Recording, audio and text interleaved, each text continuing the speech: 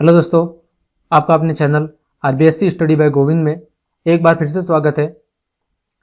Reasoning के अंतर्गत हमारा जो क्लॉक टॉपिक चल रहा था उसी में आज हमारा पार्ट नंबर 3 है, जिसके अंतर्गत हम दर्पण और जल प्रतिबिंब ज्ञात करना सीखेंगे। किस प्रकार हम जब घड़ी का कोई समय दिया हो और उसका दर्पण या जल प्रतिबिंब ज्ञात करना हो तो किस प्रकार बिल्कुल आसानी से शॉर्ट ट्रिक के साथ बिल्कुल 2 से 3 सेकंड में दर्पण या जल प्रतिबिंब ज्ञात कर सकते हैं। ठीक है, तो चलिए स्टार्ट करते हैं। देखिए, अगर हम दर्पण से बनने वाले प्रतिबिंब की बात करें तो 2 प्रकार का प्रतिबिंब संभव है। एक जल प्रतिबिंब या क्षैतिज प्रतिबिंब और दूसरा दर्पण प्रतिबिंब या लंबवत प्रतिबिंब या ऊर्ध्वाधर प्रतिबिंब। यानी कि जब दर्पण को क्षैतिज रखा जाएगा, क्षैतिज का मतलब इस तरह रखा जाएगा, तो इससे जो प्रतिबिंब बनेगा उसे हम जल प्रतिबिंब कहते हैं या वाटर इमेज कहते हैं। ठीक है, वाटर इमेज कहते हैं या फिर हॉरिजेंटल इमेज कहते हैं। यानी जब दर्पण को कुछ इस तरह रखा जाएगा क्षैतिज दिशा में, ठीक है, या क्षैतिज स्थिति में, तो उसे जल प्रतिबिंब या क्षैतिज प्रतिबिंब कहा जाता है।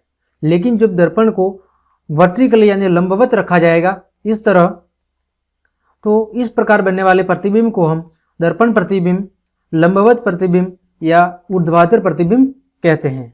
ठीक है, दर्पण प्रतिबिंब को इंग्लिश में कहा जाता है मिरर इमेज। ठीक है, यानी कि घड़ी के द्वारा जो समय प्रदर्शित हो रहा है वो दर्पण की स्थिति के आधार पर प्रतिबिंब 2 प्रकार के हो सकते हैं। एक तो जल प्रतिबिंब जब दर्पण क्षैतिज स्थिति में रखा जाएगा, और दूसरा दर्पण प्रतिबिंब या लंबवत प्रतिबिंब या ऊर्ध्वाधर प्रतिबिंब जब दर्पण लंबवत रखा जाएगा। ठीक है, अब देखो, कभी कभार परीक्षा में क्या होता है, केवल आपको प्रश्न दिया होता है कि घड़ी में यह समय हो रहा है और इसका प्रतिबिंब ज्ञात कीजिए या इसका प्रतिबिंब में क्या समय होगा। उस स्थिति में आपके पास न तो जल प्रतिबिंब दिया होता है न दर्पण प्रतिबिंब, तो आप हमेशा उस स्थिति में दर्पण प्रतिबिंब को ही ज्ञात करेंगे। ठीक है, ये बात विशेष रूप से ध्यान रखें कि जब अगर प्रश्न में किसी भी प्रकार का प्रतिबिंब नहीं लिखा, न ही दर्पण प्रतिबिंब, न ही जल प्रतिबिंब, न ही क्षैतिज या लंबवत, ऐसा कुछ भी नहीं लिखा गया है, केवल लिखा गया है कि प्रतिबिंब ज्ञात कीजिए या प्रतिबिंब समय ज्ञात कीजिए, तो आपको हमेशा दर्पण प्रतिबिंब भी ज्ञात करना है। ठीक है, ये ध्यान रखें। अब देखिए, सबसे पहले हम पढ़ रहे हैं वो है जल प्रतिबिंब या क्षैतिज प्रतिबिंब। ठीक है, तो देखिए, जब आपको कोई समय दिया हो और हमें जल प्रतिबिंब या क्षैतिज प्रतिबिंब ज्ञात करना हो, तो जो समय दिया है उसको 7:30 यानी 7:30 के साथ जोड़कर जो घंटे वाला समय है उसको 12 या 24 घंटे में से, जबकि जो मिनट वाला समय है उसको 60 या 120 मिनट से क्या करना है, घटाना है, यानी अंतर ज्ञात करना है। ठीक है, यानी जो समय दिया हुआ है उसको पहले हम क्या करेंगे, 7:30 के साथ जोड़ेंगे। ठीक है, और उसके बाद जो समय आ रहा है उसमें जो घंटे वाला समय होगा उसका 12 या 24 से अंतर ज्ञात करेंगे, और जो मिनट वाला समय होगा उसका 60 या 120 से अंतर ज्ञात करेंगे। ठीक है, बिल्कुल सरल है। आपको केवल ये एक लाइन याद रखनी है कि दिए गए समय को हमें 7:30 के साथ जोड़ना है और फिर घंटे वाले समय का 12 या 24 से अंतर ज्ञात करना है, जबकि मिनट वाले का 60 या 120 से अंतर ज्ञात करना है। ठीक है, लेकिन कभी कभार क्या होगा कि प्रश्न में आपको जल प्रतिबिंब दिया होगा और आपको वास्तविक समय ज्ञात करने को बोलेगा, यानी जल प्रतिबिंब दिया होगा और कहेगा वास्तविक समय ज्ञात करो, तो भी आपको यही करना है, कुछ भी अलग नहीं करना। ठीक है, तो भी आपको इसी प्रक्रिया को दोहराना है, यानी सेम टू सेम प्रोसेस है, कुछ भी बदलाव नहीं करना। ठीक है, देखिए, हम कुछ उदाहरण के जरिए इसे समझते हैं। ये आपके पास समय दिया हुआ है 2:40, ये घड़ी का समय है और आपको बोला जाएगा कि घड़ी में 2:40 हो रहे हैं, तो इसका जल प्रतिबिंब या क्षैतिज प्रतिबिंब क्या होगा। ठीक है, तो देखिए, तो सबसे पहले आपको क्या करना है, 7:30 के साथ जोड़ना है। तो देखो, 7:30 के साथ इसको जोड़ दो।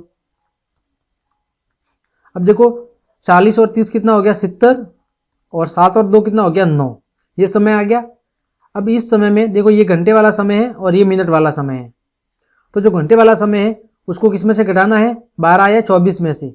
देखो, 9 12 से कम है, तो 12 में से 9 गया, कितना आ जाएगा, 3। फिर मिनट वाले को समय को किस में से घटाना था, 60 या 120 से। अब देखो, 70 है, वो 60 में से तो घटेगा नहीं, तो किस में से घटाएंगे, 120 में से। तो 120 में से 70 गया, कितना आ जाएगा, 50, यानी कि 3:50 2:40 का क्या होगा, जल प्रतिबिंब होगा। ठीक है, चले इसी तरह 10:20 तो 7:30 के साथ पहले जोड़ दे तो 17:50।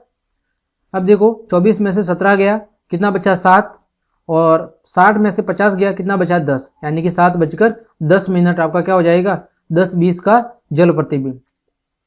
इसी तरह देखें 15:45 तो 7:30 के साथ जोड़ दें तो कितना हो जाएगा, 22 और 75, तो 24 में से 22 गया 2, 120 में से 75 गया 45, यानी कि 2:45, 15:45 का क्या होगा, जल प्रतिबिंब होगा। फिर 13:50 तो 7:30 के साथ पहले जोड़ दो तो कितना हो जाएगा 20, और ये कितना हो जाएगा 85, तो 24 में से 20 गया तो 4, 120 में से 85 गया तो 20 और 15 कितना होता है 35, यानी कि 4:35 13:55 का क्या होगा, जल प्रतिबिंब होगा। ठीक है, इसी तरह उदाहरण देखें 7:40 तो सबसे पहले 7:30 के साथ जोड़ दे तो कितना हो जाएगा 14:70। अब देखो 24 में से 14 गया तो 10, और 120 में से 70 गया तो 50, यानी 10:50, इसका क्या हो जाएगा, जल प्रतिबिंब। फिर 12:10 तो 7:30 के साथ पहले जोड़ दे तो कितना हो जाएगा 19:40। फिर 19:40 तो 24 में से 19 गया, कितना हो जाएगा 5, और 160 में से 40 गया, कितना हो जाएगा 20, यानी 5:20 आपका जल प्रतिबिंब हो जाएगा। फिर 10:40 तो 7:30 के साथ जोड़ दे तो कितना हो जाएगा 70 और 17, 17 70, 24 में से 17 गया 7, 120 में से 70 गया 50, यानी 7:50। फिर 7:30 को पहले जोड़ दो कितना हो जाएगा 10 80, 12 में से 10 गया 2, 120 में से 80 गया 40, यानी 2:40, इसका क्या हो जाएगा, जल प्रतिबिंब। ठीक है, तो बिल्कुल सरल है, आपको केवल 7:30 के साथ जोड़ना है और फिर घंटे वाले समय को 12 या 24 से और मिनट वाले समय को 60 या 120 से घटाना है। इस प्रकार बिल्कुल आसानी से आपका जल प्रतिबिंब ज्ञात हो जाएगा। ठीक है, आगे हम बात कर रहे हैं दर्पण प्रतिबिंब या लंबवत प्रतिबिंब या ऊर्ध्वाधर प्रतिबिंब। ठीक है, तो जब हमें दर्पण प्रतिबिंब ज्ञात करना हो तो जो भी समय दिया हुआ है उसको 11:60 या 23:60 में से क्या करना है, घटाना है। किसमें से 11:60 का मतलब क्या है 12, और 23:60 का मतलब क्या है 24। ठीक है, तो उसको केवल जो 12 है 12:00 तो 12:00 को हम क्या लिख सकते हैं 11:60। ठीक है, क्योंकि 00 में से हम किसी चीज़ को नहीं घटा पाएंगे, तो इसको हमने केवल ऐसे लिख लिया 11:60, और 24 बजे को हमने कैसा लिख लिया 23:60। ठीक है, तो जो भी समय दिया हुआ है आपको उसको 11:60 में से या फिर 23:60 में से घटा देना है। ठीक है, यदि समय 12 से कम है तो 11:60 में से घटा देंगे, और अगर समय 12 से ज़्यादा है तो हम 23:60 में से घटा देंगे।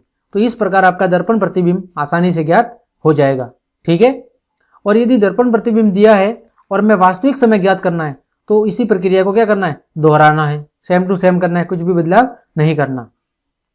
लेकिन कभी कभार क्या होगा कि यदि कि समय के साथ सेकंड दी हो, यानी समय के साथ सेकंड भी दी हो, तो आपको जो समय है उसको 11:59 यानी 11:59 और 60 सेकंड में से, या फिर 23:59 और 60 सेकंड में से क्या करना है, घटाना है। ठीक है, यहाँ पर केवल सेकंड और जुड़ जाएगी।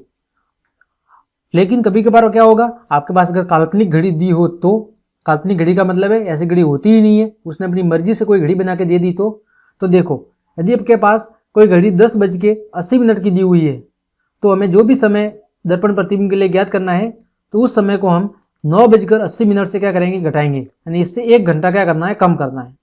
काल्पनिक घड़ी में से 1 घंटा क्या करना है, कम। अगर 10 घंटा और 80 मिनट की दी हुई है तो हम समय को किसमें से घटाएंगे, 9 घंटा और 80 मिनट में से। अगर हमारे पास घड़ी 18 घंटे और 40 मिनट की है तो इससे 1 घंटा कम कर दो तो कितना हो जाएगा, 17 घंटे और 40 मिनट। यदि हमारे पास घड़ी 15 घंटे और 65 मिनट की दी हो तो हम क्या करेंगे, 14 घंटे और 65 मिनट में से दिए गए समय को घटा देंगे, तो आपका दर्पण प्रतिबिंब हमें प्राप्त हो जाएगा। ठीक है, अगर इसकी जगह कोई और भी समय दिया हो तो उस समय में से हमें 1 घंटा कम करना है, और फिर उस 1 घंटा कम करके उस समय में से जो आपका घड़ी का समय दिया हुआ है उस समय को क्या करना है, घटाना है, तो आपका दर्पण प्रतिबिंब ज्ञात हो जाएगा। ठीक है, देखिए हम कुछ उदाहरण करते हैं। पहला उदाहरण है 6:30, ये घड़ी का समय है और हमें इसका दर्पण प्रतिबिंब ज्ञात करना है। तो देखो सिंपली क्या करेंगे, 11 60 में से घटा दो। तो देखो 60 में से 30 गया 30, 11 में से 6 गया 5, यानी 5:30 इसका क्या होगा दर्पण प्रतिबिंब। 4:50 का क्या होगा, तो 11 60 में से घटा दो, 11 में से 50 गया 10, 11 में से 4 गया कितना हो जाएगा 7, यानी 7:10 इसका दर्पण प्रतिबिंब हो जाएगा। फिर देखो 7:40, तो 11 60 में से घटा दो, 11 60 में से तो 20, ये कितना हो गया 4। तो ऐसे प्रश्नों में आपको लिखने की भी जरूरत नहीं है, आप केवल अपने दिमाग से केवल 2 सेकंड में जवाब दे सकते हो।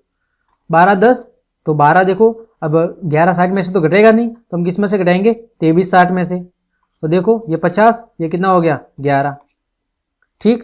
फिर 11 40, तो 11 60 में से घटा दो तो 20, और यहाँ पर 0, अब 0 0 का मतलब यहाँ पर कितना है 12, ठीक है, 12:20। या फिर आप चाहे तो इसको 23 60 में से घटा दो, तो 60 में से 40 जाएगा कितना बचेगा 20, और 23 में से 11 जाएगा कितना बचेगा 12 20, ठीक। फिर 18 10, तो वही घटा दो 23 60 में से, तो कितना हो जाएगा 5:50 इसका दर्पण प्रतिबिंब। फिर देखो यदि आपके पास सेकंड में समय दिया हो तो देखो किस में से घटाएंगे, 11 59 60 में से, तो ये कितना हो जाएगा 30, ये कितना हो जाएगा 19, और ये कितना हो जाएगा 6, यानी 6:19 और 30 सेकंड।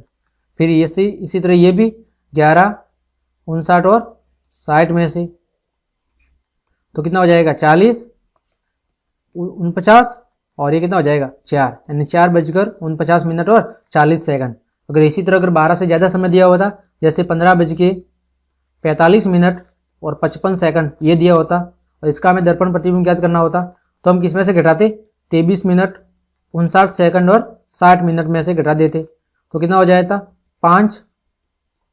फिर ये कितना हो जाएगा 4 14 मिनट, और 23 में से 15 गया 8, यानी 8:14 और 5 सेकंड, ये आपका क्या हो जाएगा मिरर इमेज, यानी दर्पण प्रतिबिंब, ठीक है। इसी तरह देखो यहाँ पर प्रश्न दिया हुआ है कि एक 10 घंटे और 80 मिनट वाली घड़ी में 4:40 हो रहे हैं, तो इसका मिरर इमेज क्या होगा, ठीक है। यहाँ पर देखो ये काल्पनिक घड़ी दी हुई है 10:80, तो अगर 10:80 दिया हुआ है तो हम समय को किस में से घटाएंगे, 9:80 में से, तो 9:80 - 4 40, तो कितना हो जाएगा 5:40 आपका क्या हो जाएगा दर्पण प्रतिबिंब। इसी तरह 18 घंटे 50 मिनट वाली घड़ी में 11:40 हो रहे हैं, तो इसका मिरर इमेज, तो देखो 18 घंटे 50 मिनट यानी कि 17 घंटे 50 मिनट, इसमें से किसको घटाना है 11:40 को, तो कितना हो जाएगा 10, और ये कितना हो जाएगा 6, यानी कि 6:10 आपका क्या हो जाएगा दर्पण प्रतिबिंब हो जाएगा, ठीक है। तो वीडियो देखने के लिए धन्यवाद, और अगर आपको ये क्लास पसंद आई है तो चैनल को लाइक कीजिए, इस वीडियो को भी चैनल को शेयर कीजिए, और ज़्यादा से ज़्यादा सब्सक्राइब कीजिए, और पास में जो बेल आइकन होता है उसको जरूर दबाइए, ताकि मेरे प्रत्येक वीडियो की जानकारी आपको समय पर मिल सके। तो आज के लिए धन्यवाद, मिलते हैं अगली क्लास में एक और नए कॉन्सेप्ट के साथ में, ठीक है।